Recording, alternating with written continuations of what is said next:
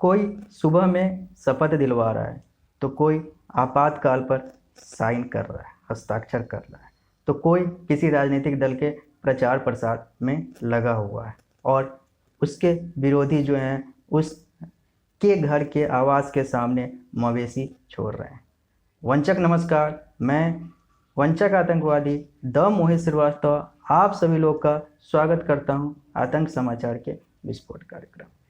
आज हमारे विस्फोट का विषय है राष्ट्रपति राज्यपाल क्यों।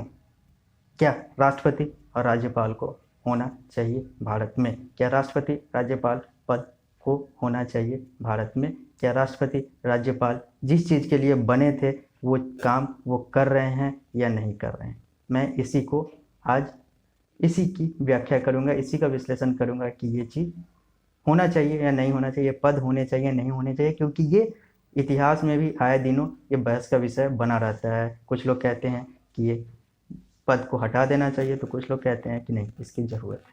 तो मैं आतंक समाचार के तौर पे आतंक समाचार का नज़रिया पेश करना चाहूँगा कि ये पद होना चाहिए या नहीं होना चाहिए। तो मैं अपने विश्लेषण को आगे बढ़ाता हूँ और सबसे पहले मैं इन सारे पदों के बारे में कुछ आप लोग को बताना चाहता हूँ, आप लोग के साथ साझा करना चाहता हूँ कुछ जानकारियाँ। ये जो राष्ट्रपति हैं, ये जो राज्यपाल हैं, ये जो लेफ्टिनेंट गवर्नर हैं और ये जो वाइस प्रेसिडेंट है, ये चार शब्द, इसी चार का मैं विश्लेषण करूँगा। राष्ट्रपति, राज्यपाल, प्रेसिडेंट, गवर्नर, वाइस प्रेसिडेंट और लेफ्टिनेंट गवर्नर, ये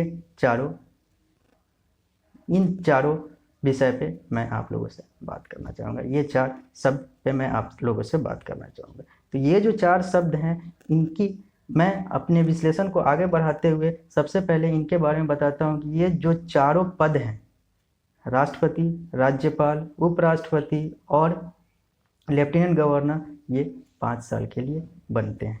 मतलब जो भी ये चारों पद संभालते हैं वो उनका कार्यकाल जो है वो 5 साल का होता है। अब वो अलग बात है कि कुछ ऐसा हो जाए तो उन्हें 5 साल से पहले भी हटना पड़ता है, लेकिन इनका जो टेन्योर है वो 5 साल का है और ये भारतीय संविधान के अंतर्गत काम करते हैं। और इन लोगों का जो काम होता है वो भारत को एडमिनिस्ट्रेटिव तौर पर देखना होता है, क्योंकि पॉलिटिकल हेड जो होता है वो भारत का प्राइम मिनिस्टर होता है। भारत के अलग अलग मंत्री और ये सारे चीज़ जो हैं वो राजनीतिक शक्ति हैं, वो राजनीतिक फिगर हैं, जबकि ये जो हैं ये एडमिनिस्ट्रेटिव फिगर हैं, ये प्रशासनिक फिगर हैं। तो जो राष्ट्रपति, राज्यपाल, उपराष्ट्रपति और जो लेफ्टिनेंट गवर्नर है ये सब प्रशासनिक फिगर हैं और ये सब 5 साल के लिए होते हैं। और इन सबों के लिए आपको भारतीय नागरिक होना पड़ेगा। इन सबों के आवेदन के लिए, इन सब पद को ग्रहण करने के लिए आपकी जो एलिजिबिलिटी क्राइटेरिया है वो होनी चाहिए। आप भारतीय नागरिक होने चाहिए, आप कम से कम 35 वर्ष के होने चाहिए। और राज्यपाल और लेफ्टिनेंट गवर्नर के लिए आपको जिस राज्य में लेफ्टिनेंट गवर्नर या राज्यपाल बनना है, आप उस राज्य के, उस केंद्र शासित प्रदेश के नागरिक नहीं होने चाहिए। ये कानून के अंतर्गत नहीं है, लेकिन ऐसा भारत में ट्रेडिशन चलता आ रहा है कि आप दूसरे राज्य या केंद्र शासित प्रदेश के होंगे तो आप दूसरे अपने राज्य के अलावा आप किसी भी राज्य में बन सकते हैं। आप उसके लिए एलिजिबल हैं, बनना या ना बनना बात की बात है, यहाँ एलिजिबिलिटी क्राइटेरिया की बात करने की, वो चीज़ होना चाहिए। और अब मैं इस चीज़ को, इस विश्लेषण को आगे बढ़ाते हुए मैं आपको यहाँ पे ये बताना चाहूँगा कि ये सब लोग का सिलेक्शन प्रोसेस क्या होता है, क्योंकि ये चीज़ जानना ज़्यादा ज़रूरी है। क्योंकि अभी जो हम विश्लेषण आगे करने जाएंगे, अपने मेन मुद्दे पे आएंगे, वहाँ पे ये जो आपको मैं बताने जा रहा हूँ ये बहुत ज़्यादा महत्वपूर्ण हो जाता है, क्योंकि यहीं से ये सारी चीज़ें निकलेगी, विश्लेषण आगे का हमारा निकलेगा। इन सारे लोगों का सिलेक्शन प्रोसेस क्या होता है, मैं राष्ट्रपति पे भी बात अलग वीडियो में करूंगा, मैं उपराष्ट्रपति पे भी अलग तरीके से एनालिसिस करूंगा और इन सब के बारे में बताऊंगा कि अभी तक भारत में कितने राष्ट्रपति, कितने एक्टिंग राष्ट्रपति, कितने वाइस प्रेसिडेंट, कितने लेफ्टिनेंट गवर्नर अलग अलग केंद्र शासित प्रदेश के और ये सारे चीज़ बने हैं, राज्यपाल बने हैं। लेकिन मैं अभी उस मुद्दे पे नहीं जाऊंगा क्योंकि वो हमारा अभी विषय नहीं है। यहाँ पे मेरा विषय है ये होने चाहिए नहीं होने चाहिए। अगर मैं उस पर जाता हूँ, सारे पद को डिटेल में बात करता हूँ तो शायद हमारा मुद्दा जो है, विषय जो है वो ज़्यादा लंबा और भटक जाएगा। तो मैं यहाँ पे आपको सिलेक्शन प्रोसेस और इलेक्शन प्रोसेस के बारे में बताना चाहूँगा कि ये लोग बनते कैसे हैं। तो राष्ट्रपति जो कि भारत का प्रथम नागरिक होता है, जो कि सेरेमोनियल हेड ऑफ इंडिया होता है और commander in chief of Indian armed forces. Indian armed forces means Bharat के हर वो सेना, थल सेना, जल सेना, वायुसेना, सबका ये कमांडर इन चीफ होता है। तो ये जो राष्ट्रपति हैं, ये बनने के लिए इनका जो इलेक्शन प्रोसेस होता है उसमें राज्य के जितने भी लेजिस्लेटिव लोग होते हैं, अर्थात जो एमएलए एमएलसी होते हैं और जो देश के एमपी होते हैं, राज्यसभा और लोकसभा के, इन सबों का यहाँ पे वोटिंग होता है। और उस राज्य का, जिस राज्य से, सांसद की बात नहीं, लेजिस्लेटिव जो विधायक हैं उनकी बात करें तो ये जिस राज्य से आते हैं वहाँ पे उस राज्य की आबादी कितनी है, फिर वहाँ से बहुत सारे इक्वेशन होते हैं, फिर उसके हिसाब से इन लोग की वोटिंग परसेंटेज, वोटिंग काउंट होती है। फिर उस आधार पे अगर जो इंसान बहुमत पा लेता है वो राष्ट्रपति बनता है। अर्थात राष्ट्रपति के लिए एमएलए, एमएलसी, एमपी बोथ, दोनों लोकसभा और राज्यसभा, इन सबों की वोटिंग होती है। जबकि उपराष्ट्रपति के लिए वोटिंग में ये जो स्टेट वाले हैं, जो विधायक हैं, जो एमएलए एमएलसी हैं, इनको अलग रखा जाता है, इनको नहीं इंक्लूड किया जाता है। सिर्फ मेंबर ऑफ पार्लियामेंट, सांसद, लोकसभा और राज्यसभा की ही वहाँ पर वोटिंग होती है। बाकी जो इलेक्शन प्रोसेस है राष्ट्रपति और उपराष्ट्रपति का, ये लगभग समान है। हालांकि कुछ विवाद आते हैं क्योंकि उपराष्ट्रपति के इलेक्शन प्रोसेस में कुछ ऐसी चीज़ें हैं जो राष्ट्रपति से अलग है और जहाँ पर लोगों का कहना है कि ये चीज़ें कुछ है जो कमी है, जो यहाँ पे बदलने की ज़रूरत है। जबकि राज्यपाल और जो लेफ्टिनेंट गवर्नर होता है, इसको प्रेसिडेंट ऑफ इंडिया इलेक्ट करते हैं, सेलेक्ट करते हैं। ये प्रेसिडेंट ऑफ इंडिया के हाथों में है कि वो किसे नियुक्त करते हैं। हालांकि एलिजिबिलिटी क्राइटेरिया, जो भी जिसको भी वो नियुक्त करें उसमें वो एलिजिबिलिटी क्राइटेरिया होनी चाहिए, ये लेकिन सीधा प्रेसिडेंट ऑफ इंडिया के हाथ में होता है। ठीक है, अब मैं यहाँ पर एक बात बताना चाहूँगा, एक चीज़ यहाँ पे आप लोगों को गौर कराना चाहूँगा। जो प्रेसिडेंट होता है वो एक देश का होता है, जो वाइस प्रेसिडेंट होता है वो एक देश का होता है, राष्ट्रपति जो है वो भारत का होता है, उपराष्ट्रपति जो होता है वो भारत का होता है।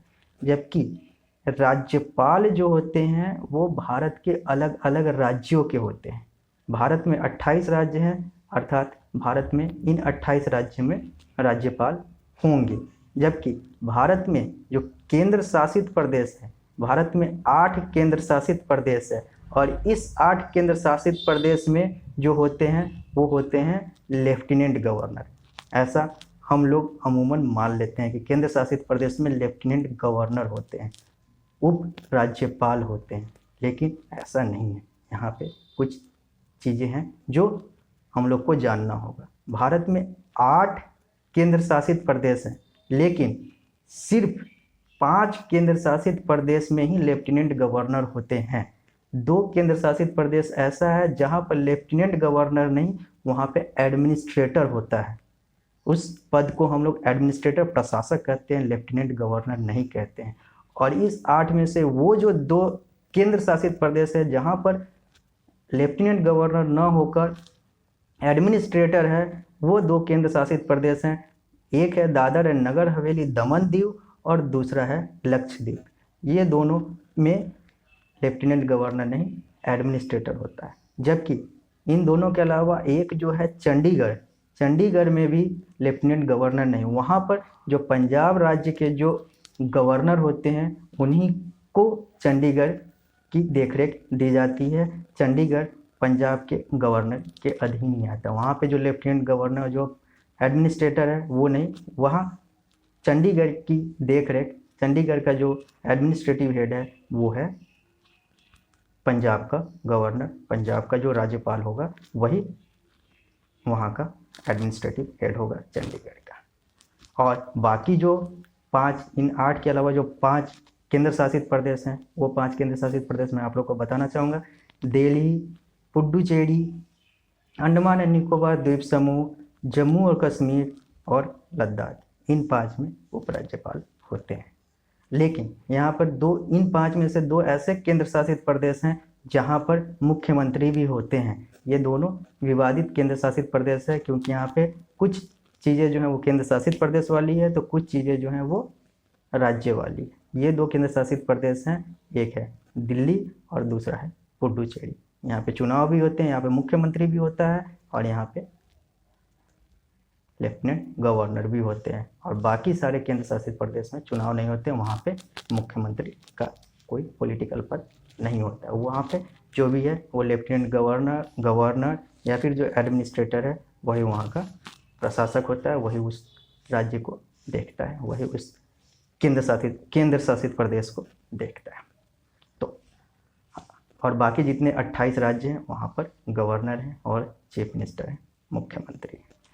ठीक, ये तो वो सारी चीज़ें थी, ये तो वो सारी बातें थी जो इन सारे चीज़ों के साथ जुड़ा हुआ है, इन सारे शब्दों के साथ जुड़ा हुआ है। ये वो तथ्य है, ये वो चीज़ें हैं जिस सेटअप के अकॉर्डिंग भारत में ये सारे लोग, जिस तंत्र के आधार पे, जिस परिभाषा के आधार पे ये लोग यहाँ पर काम करते हैं।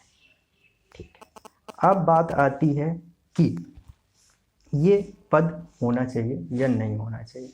मुद्दा विषय हमारा मेन आज का यही, ये पद होना चाहिए या नहीं होना चाहिए। आतंक समाचार अभी तक जो देखता आया है, आतंक समाचार जो एनालाइज करता आया है, जो विश्लेषण करता आया है, मैं पहले ही आपको बताना चाहता हूँ कि यहाँ पर आतंक समाचार का नज़रिया क्या है, होना चाहिए नहीं होना चाहिए। आतंक समाचार को लगता है कि ये राष्ट्रपति, राज्यपाल, लेफ्टिनेंट गवर्नर जैसे जो पद हैं वो नहीं होने चाहिए। ये अब उतनी ज़रूरत नहीं है इसकी जितनी इसको लोग बढ़ा चढ़ा कर देखते हैं या फिर मानते हैं कि राष्ट्रपति है ये है। आतंक समाचार को मुझे नहीं लगता ये पद की अब उतनी ज़रूरत है या फिर ये पद को रखना चाहिए। आतंक समाचार चाहता है कि ये सारे पद को हटा देने चाहिए। केंद्र शासित प्रदेश की अलग बात है, क्योंकि वहाँ पर चुनाव नहीं होते हैं। जिस केंद्र शासित प्रदेश में चुनाव नहीं होते हैं वहाँ पे कोई ना कोई होगा, वहाँ पे लेफ्टिनेंट गवर्नर, एडमिनिस्ट्रेटर हो, कोई बात नहीं है। लेकिन बाकी जहाँ पे चुनाव होते हैं, जहाँ पे मुख्यमंत्री होता है, देश में प्रधानमंत्री होते हैं, वहाँ पे इन सारी चीज़ों की ज़रूरत नहीं है। ज़रूरत होनी चाहिए थी, ज़रूरत थी, लेकिन जिस तरीके का सिचुएशन है इन लोग के साथ, आतंक समाचार को लगता है कि इसकी ज़रूरत नहीं है। ये ना भी हो तो भी भारत आराम से वर्क करेगा, काम करेगा, क्योंकि आतंक समाचार को लगता है कि ये लोग वो चीज़ कर ही नहीं रहे हैं जो इनको करना चाहिए, या फिर इनको वो शक्ति ही नहीं है जो इनको दिया जाना चाहिए, प्रदान करना चाहिए। मैं यहाँ पर कुछ चीज़ें बताना चाहूँगा, कुछ बातें बताना चाहूँगा। फखरुद्दीन अली अहमद एक ऐसे राष्ट्रपति जो तत्कालीन प्रधानमंत्री इंदिरा गांधी के दबाव में आकर, ये राष्ट्रपति हैं, वो प्रधानमंत्री है। राष्ट्रपति बड़ा पद है, फर्स्ट पर्सन ऑफ इंडिया है, first person of the nation है, भारत का प्रथम नागरिक है। लेकिन ये प्रधानमंत्री के दबाव में आकर, क्योंकि पावर सारा कुछ प्रधानमंत्री को दिया गया हुआ है संविधान के अकॉर्डिंग, ठीक है, और चुनाव प्रक्रिया भी उसी प्रधानमंत्री, उसी पॉलिटिकल सिस्टम के आधार पे हो रहा है। तो अगर आप बन रहे हैं राष्ट्रपति तो कहीं ना कहीं आप उसी पॉलिटिकल सेटअप, उसी पॉलिटिकल पार्टी के कारण आप राष्ट्रपति बन रहे हैं, और आपके अंदर डर होता है कि अगर मैं ये सारा कुछ ना करूं उनके अकॉर्डिंग तो आपको हटा दिया जा सकता है। फखरुद्दीन अली अहमद आपातकाल पर बिना सोचे समझे भी हो या फिर जो भी हो, वो दबाव में आकर रातों रात आपातकाल पर हस्ताक्षर कर देते हैं, क्योंकि भारत में ये सिस्टम है कि कोई भी चीज़ तभी कानून बनती है जब उस पर राष्ट्रपति का हस्ताक्षर होता है। हालांकि जब राष्ट्रपति उस चीज़ पर हस्ताक्षर ना करे और उसे रखे रह जाए, और उसके बाद जब टाइम लिमिट ख़त्म हो जाता है तो फिर वहाँ पर जो प्रेसिडेंट है वो उसको ना करके, प्राइम मिनिस्टर भी है, वो उसको कानून बना सकता है। लेकिन अमूमन जो मेन प्रोसेस है वो है कि राष्ट्रपति का हस्ताक्षर होना चाहिए तभी कानून बनता है। तो वहाँ पे फखरुद्दीन अली अहमद हस्ताक्षर कर देते हैं। तो फिर अभी का हम एक एग्जाम्पल लेना चाहेंगे भगत सिंह कोश्यारी का, महाराष्ट्र का। महाराष्ट्र में भगत सिंह कोश्यारी जो हैं, ये सुबह सुबह उठकर वहाँ के मुख्यमंत्री या फिर बनने वाले मुख्यमंत्री को वहाँ पर शपथ दिलवाते हैं। वो हैं देवेंद्र फडणवीस। तो चाहे वो इंदिरा गांधी हो, कांग्रेस हो, चाहे वो भाजपा हो, चाहे वो कोई भी हो, ये जो राष्ट्रपति हैं, ये जो राज्यपाल, भगत सिंह कोश्यारी राज्यपाल थे महाराष्ट्र के, और वो राज्यपाल हैं महाराष्ट्र के, वो देश के राष्ट्रपति।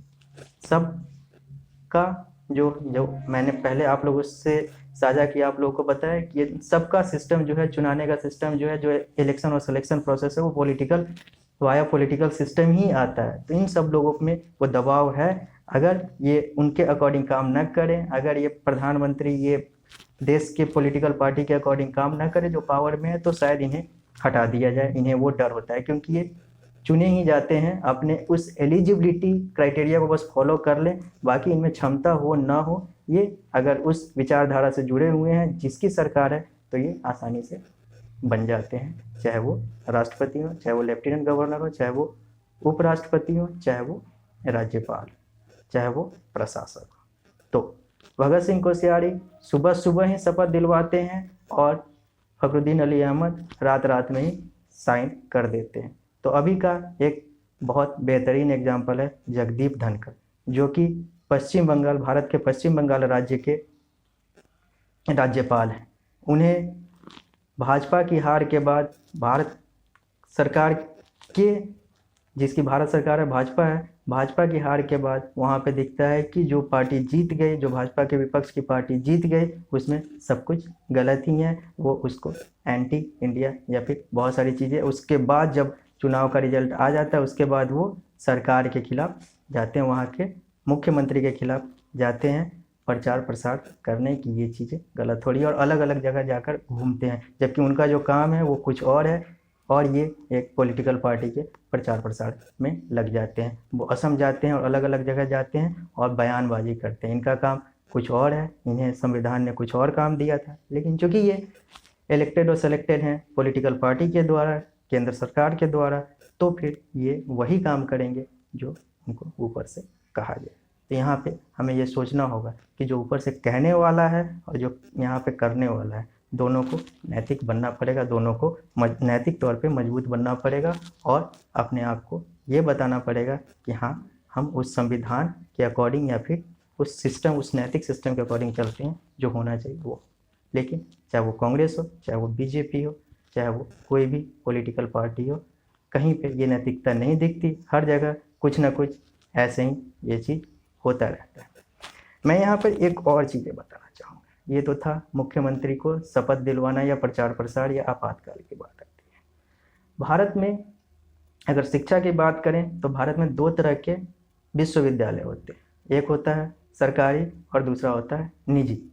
निजी भी दो तरह के होते हैं, मैं उस पर नहीं जाऊँगा, मैं यहाँ पे शिक्षा पे विश्लेषण बाद में करूँगा। अभी जो हमारा मुद्दा है वो है राष्ट्रपति राज्यपाल क्यों। तो यहाँ पर मैं जो सरकारी विश्वविद्यालय होते हैं, ये दो तरह के विश्वविद्यालय होते हैं, एक होते हैं सेंट्रल केंद्रीय विश्वविद्यालय और दूसरे होते हैं स्टेट राज्य विश्वविद्यालय। जो केंद्रीय विश्वविद्यालय होते हैं, इसका जो हेड होता है, जो यहाँ का चांसलर होता है, जो यहाँ के कुलाधिपति होते हैं, वो प्रेसिडेंट ऑफ इंडिया होते हैं। जो भी भारत का प्रेसिडेंट है वो सेंट्रल यूनिवर्सिटी ऑफ इंडिया, जितने भी भारत के सेंट्रल यूनिवर्सिटी हैं, उसका वो चेयरमैन होता है, चेयरपर्सन होता है, कुलाधिपति होता है। जबकि राज्यपाल जो होते हैं वो स्टेट के, अपने राज्य के जितने भी राज्य यूनिवर्सिटी हैं, राज्य के विश्वविद्यालय हैं, वहाँ का वो चांसलर होता है, वहाँ का वो कुलाधिपति होता है। और अगर हम देखें तो ये जितने भी कुलाधिपति हैं, ये चाहे वो सेंट्रल यूनिवर्सिटी के हों प्रेसिडेंट, चाहे वो स्टेट यूनिवर्सिटी के हों अलग अलग राज्य के राज्यपाल, इन लोगों का काम था भारतीय शिक्षा को, अपने राज्य के शिक्षा को, अपने देश के शिक्षा को मजबूत करना। लेकिन ये लोग भी यहाँ पे, मैं सबकी बात नहीं कर रहा, लेकिन अधिकांश लोग, ये लोग भी यहाँ पर जाने अनजाने हर तरीके से भ्रष्टाचार को बढ़ावा देते हैं। इनके सामने वहाँ की टीचिंग सीटें, नॉन टीचिंग सीटें बिक जाती है, और ये खुद या तो इन्वॉल्व होते हैं या फिर अप्रत्यक्ष रूप से वहाँ पर ये इन्वॉल्व होते हैं। यहाँ पे जो मेन चीज़ है, जो शिक्षा है, जो प्रेसिडेंट और राज्यपाल, अलग अलग राज्य के राज्यपाल के हाथ में है, जो वहाँ पे ये कंट्रोल करके और मजबूत कर सकते हैं। क्योंकि कहा जाता है कि शिक्षा वो हथियार है जिससे आप दुनिया बदल सकते हैं। शिक्षा वो चीज़ है जिससे कहा जाता है pen is mightier than sword, शिक्षा जो है, जो कलम जो है वो ज़्यादा नुकीला है एक तलवार से। तलवार से खून निकलता है, मृत्यु होती है, जबकि कलम से जो है वो क्रांति आती है, बिना खून निकले ही बहुत सारी चीज़ें सुधर जाती है। बात यहाँ पे आता है, बहुत सारे कलम के क्रांतिकारी बने, मुंशी प्रेमचंद्र बने, गणेश शंकर विद्यार्थी बने, रामनाथ गोयनका बने, बहुत सारे ऐसे ऐसे लोग बने। लेकिन यहाँ पे ये तो प्रेसिडेंट और जो राज्यपाल हैं, जो राष्ट्रपति और जो राज्यपाल हैं, यही शिक्षा को बिगाड़ रहे हैं, प्रत्यक्ष रूप से अप्रत्यक्ष। मैं डायरेक्ट सीधा इल्ज़ाम नहीं लगाऊंगा क्योंकि मेरे पास ना तो कोई स्टिंग है ना तो कुछ ऐसा है, लेकिन मैं इतना कंफर्म हूँ, मैं इतना मानता हूँ, मेरे पास इतने इन्फॉर्मेशन है, इतनी सूचना है कि मैं ये सारा कुछ खुले में कह सकता हूँ, बिना लाग लपेट के कह सकता हूँ कि यहाँ पे भ्रष्टाचार होता है। और ये जो भ्रष्टाचार है यहाँ पे ये प्रेसिडेंट और राज्यपाल के अंदर में होता है, उनके देख रेख में हो या ना हो, डायरेक्टली इनडायरेक्टली होता है और इन लोगों को पता होता है। सबकी बात नहीं कर रहा हूँ, लेकिन हाँ अधिकांश को पता होता है। सबकी बात मैं तब करता है जब मेरे पास स्टिंग होते, वो चीज़ें होती, प्रत्यक्ष होता है। लेकिन मैं यहाँ पे हाँ कहता हूँ 90% ऐसे कुलाधिपति को पता होता है। प्रेसिडेंट तो एक ही है लेकिन राज्यपाल अलग अलग होते हैं, लोग पता होता है। इनके सामने assistant professor, associate professor, professor या फिर नॉन टीचिंग स्टाफ के सीट बिकते हैं category wise, general, OBC, SC, ST बिकते हैं। ये लोग कुछ नहीं करते हैं, ये लोग बस उसी में लगे हुए हैं, क्योंकि इन्हें पैसा मिलेगा, वो पैसा फिर उस सरकार को जाएगा जिस सरकार के थ्रू इन्हें बनाया गया है वहाँ का कुलाधिपति। अगर इन्हें 20 लाख 25 लाख मिलता है तो 50% इनका, इनके ऑर्गेनाइजेशन, इनके यूनिवर्सिटी में, बाकी 50% उस पॉलिटिकल पार्टी को जाएगा, उस केंद्र सरकार को जाएगा या फिर जिसको भी जाए, और फिर वो उस पर राजनीति करेंगे। और चाहे वो भाजपा हो, चाहे वो कांग्रेस हो, चाहे जो भी हो, ये जो भी पॉलिटिकल पार्टी आती गई है ये अपने हिसाब से अपने गवर्नर और प्रेसिडेंट बनाती गई, अपने हिसाब से अपने गवर्नर और प्रेसिडेंट बनाते गए हैं। और ये गवर्नर और प्रेसिडेंट जो हैं, फिर ये गवर्नर और प्रेसिडेंट नहीं रह जाते हैं, ये इन लोगों का बस प्रचार प्रसार देखते हैं। ये इन लोगों के कार्यकर्ता और इन लोगों के सदस्य के तौर पे, जो केंद्र सरकार है उसके सदस्य के तौर पे अधिकांश काम करते हैं।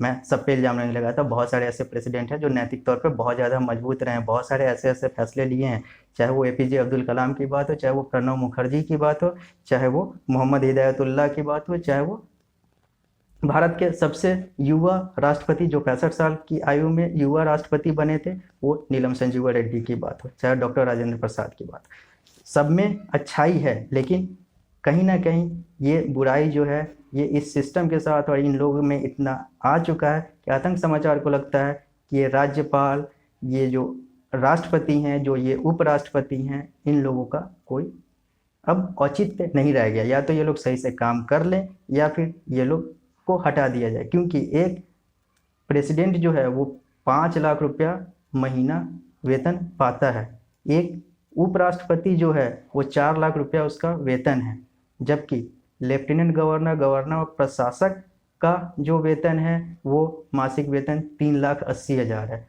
अगर हम इन सब को जोड़ें तो बहुत सारे जो लेफ्टिनेंट गवर्नर, 28 राज्य के राज्यपाल और बाकी जो लेफ्टिनेंट गवर्नर और जो प्रशासक है, इनकी सैलरी जोड़ लें और एक राष्ट्रपति और एक उपराष्ट्रपति की सैलरी जोड़ लें तो ये लगभग करोड़ों में चला जाएगा। अगर हम ये करोड़ रुपया एक महीना में बचा लेते हैं तो वो और भी अन्य काम में इस्तेमाल होगा, उपयोग होगा, और प्लस ये जो भ्रष्टाचार है ये भी चीज़ सही होगी। या फिर हमें ये चीज़ देखना होगा कि अगर ये प्रेसिडेंट बनते हैं, ये चीज़ें बनती है तो इन्हें वो शक्ति दी जाए और इनका जो इलेक्टोरल प्रोसेस है, जो इलेक्शन प्रोसेस है, उसको बदला जाए। ये पॉलिटिकल पर्सन के द्वारा नहीं, ये जैसे प्रधानमंत्री चुने जाते हैं उसी तरीके से इनका भी आम जनता इनको चुने, आम जनता के हिसाब से, आम जनता की वोट से ये चुने जाए, ये पॉलिटिकल पार्टी के हिसाब से नहीं चुने जाए। इनका जो इलेक्टोरल प्रोसेस है वो चेंज होना चाहिए, इनका जो इलेक्शन सिस्टम है वो चेंज होना चाहिए। इन्हें भी जनप्रतिनिधि के तौर पे चुना जाना चाहिए, इन्हें भी जनता के द्वारा चुना जाना चाहिए, न कि वहाँ के किसी राज्य के विधायक और देश के सांसद के द्वारा चुना जाना चाहिए।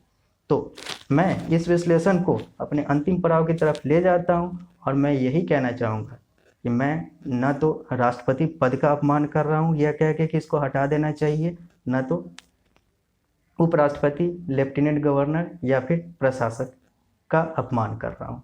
मैं किसी का अपमान, राज्यपाल किसी का अपमान नहीं कर रहा। लेकिन जब ये लोग और ये पद जो है देश का अपमान करने लगे, देश के नागरिक का अपमान करने लगे, अपने पद के गरिमा का अपमान करने लगे, तो इन लोगों को ऐसे विश्लेषण की ज़रूरत है, ऐसे चीज़ों की ज़रूरत है, ऐसे बातों की ज़रूरत है जो इन्हें चोट पहुंचाए। जब तक इन लोगों को सही तरीके से अगर ये विचारेंगे नहीं, सोचेंगे नहीं, ये सुबह सुबह जाकर किसी को शपथ दिलवाएंगे, किसी का लेटर ये पढ़ेंगे नहीं, साइन नहीं करेंगे, क्योंकि ये इनके विपक्षी हैं। वो कहेंगे कि हमारे यहाँ फैक्स ही नहीं आया, हमारे पास ईमेल ही नहीं आया। तो कहीं पर जाकर ये बंगाल में जाकर ये अलग अलग जगह पर जाकर प्रचार करेंगे, हैं वहाँ के राज्यपाल और काम करेंगे वहाँ के पॉलिटिकल पार्टी के एजेंट के तौर पे। तो कहीं पर जाकर ये फखरुद्दीन अली अहमद जैसे लोग जो है रातों रात आपातकाल जैसे कानून पर साइन करेंगे। मैं आपातकाल सही है या गलत है मैं इस पर अलग विश्लेषण करूँगा, क्योंकि आपातकाल पर आतंक समाचार का अलग नज़रिया है, जो भी नज़रिया है मैं इस पर अलग विश्लेषण करूँगा। लेकिन मैं ये नहीं कह रहा सही है आपातकाल या गलत है, लेकिन हाँ वो राजनीतिक दबाव में हस्ताक्षर होते हैं, चाहे वो आपातकाल की बात हो, चाहे वो और भी अलग अलग चीज़ों की बात हो। और शिक्षा में भी ये जो प्रेसिडेंट हैं और जो वाइस प्रेसिडेंट है, डायरेक्ट प्रेसिडेंट जो हैं और जो राज्यपाल हैं, गवर्नर हैं, ये भी डायरेक्टली इन्वॉल्व हैं। जो वहाँ के कुलाधिपति हैं, चेयरमैन हैं, चांसलर हैं, लेकिन ये भ्रष्टाचार करा रहे हैं। अभी जब जो पार्टी आती है ये उसके हिसाब से काम करते हैं, वहाँ पर जाते हैं, फिर वहाँ पे जो इनके लोग हैं, जो इनके जान पहचान वाले लोग हैं, उनको यहाँ पे अलग अलग तरीके से पदोन्नति होती है और वहाँ पर सीटें बिक रही हैं, सारा कुछ हो रहा है, इन सब के अंदर हो रहा है, लेकिन इन लोगों को कोई मतलब नहीं है। ये बहुत सारी चीज़ें हैं जो ये विचारने पे मजबूर करती है, ये सोचने पर मजबूर करती है कि ये पद होना चाहिए या नहीं होना चाहिए।